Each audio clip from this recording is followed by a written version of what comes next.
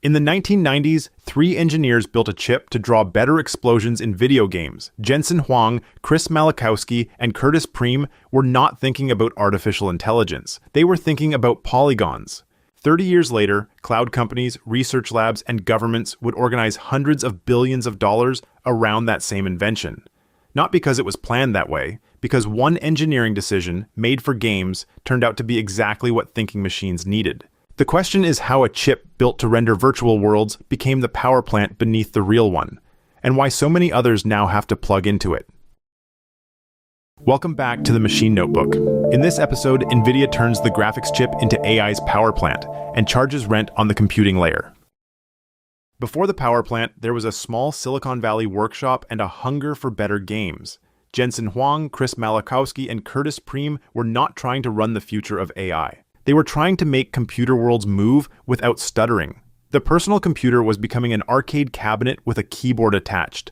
Every monster, spaceship, shadow, and explosion had to be painted again and again. Ordinary processors were careful clerks, handling one complicated task after another. Nvidia built a different worker line, made for thousands of simple brushstrokes at once. The GeForce 256 helped popularize the graphics processing unit, a chip devoted to visual work. For gamers, it meant smoother worlds. For Nvidia, it meant a small generator with a reliable customer, anyone who wanted more pixels and speed.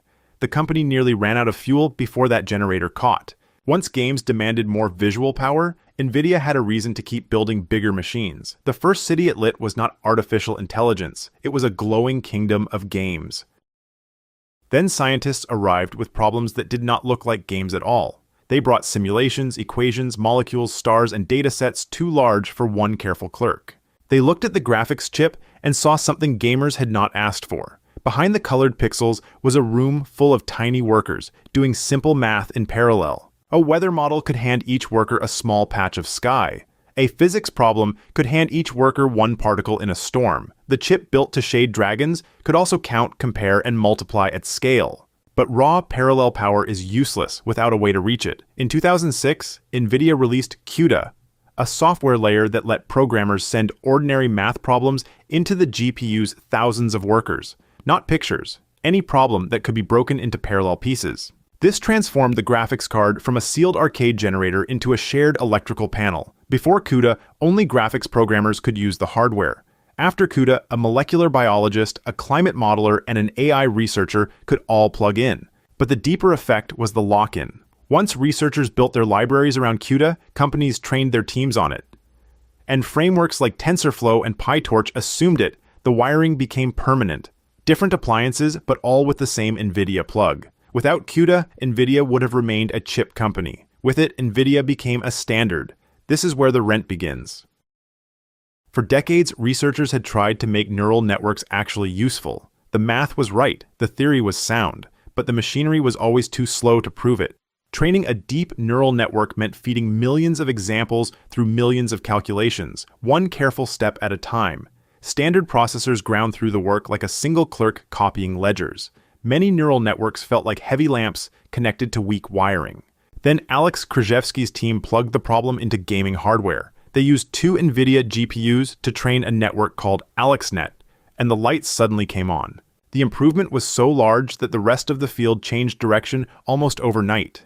Error rates that had barely moved in years collapsed. The gaming generator had just powered a city it had never been designed for. This was the hinge of the whole story. A chip made to fake worlds on a screen became the chip used to help machines recognize the real one. After 2012, every serious AI lab had to think about Nvidia. It was feeding labs that wanted machines to see, listen, translate, and answer. After that flash, demand no longer looked like a hobby market buying faster graphics cards. It looked like a city discovering electricity for the first time. The next scene is not a garage or a lab, but a data center the size of a warehouse district. Rows of servers stand like apartment blocks, each window dark until the grid reaches it. Cloud companies and AI startups began building whole neighborhoods around Nvidia's parallel power. Microsoft, OpenAI, and other major customers use Nvidia GPUs for AI training. Nvidia donated a DGX-1 AI supercomputer to OpenAI, a black box that looked less like a PC than a portable substation. As the neighborhoods grew, Nvidia stopped looking like a chip vendor and started looking like an industrial complex. The chips were the turbines, the software libraries were the control room, the cooling systems were the river water running past the plant. The networking gear became the transmission lines between server blocks. Nvidia's purchase of Mellanox added high-speed InfiniBand and Ethernet networking to that data center machinery. The dependency became deeper than a single part screwed into a board. Developers learned the controls, companies trained their models on the hardware, and workflows hardened around the grid. The bill was not just for silicon anymore. It was rent on a working power system for intelligence. No city likes depending on one distant plant forever, so the largest builders began sketching power stations of their own beside Nvidia's towers. Google, Amazon, Meta, and others have worked on custom AI chips, hoping to pull wires back inside their own walls. In China, companies including Huawei, Alibaba, and Baidu are developing AI chips to reduce reliance on Nvidia. These are not signs that Nvidia built AI alone. They are signs that everyone now understands where a new scarcity moved. For decades, the processor was the famous furnace at the center of the room. Pull the camera back to the nighttime city. The chatbot window glows in one apartment. A generated image glows in another. A research lab glows on the edge of town. Millions of windows flicker like a map of modern thought. Some lights run on new local generators, and more will appear beside them. But many bright streets still trace their current back to the same distant Nvidia power plant. The AI revolution did not just create new software, it revealed a new utility.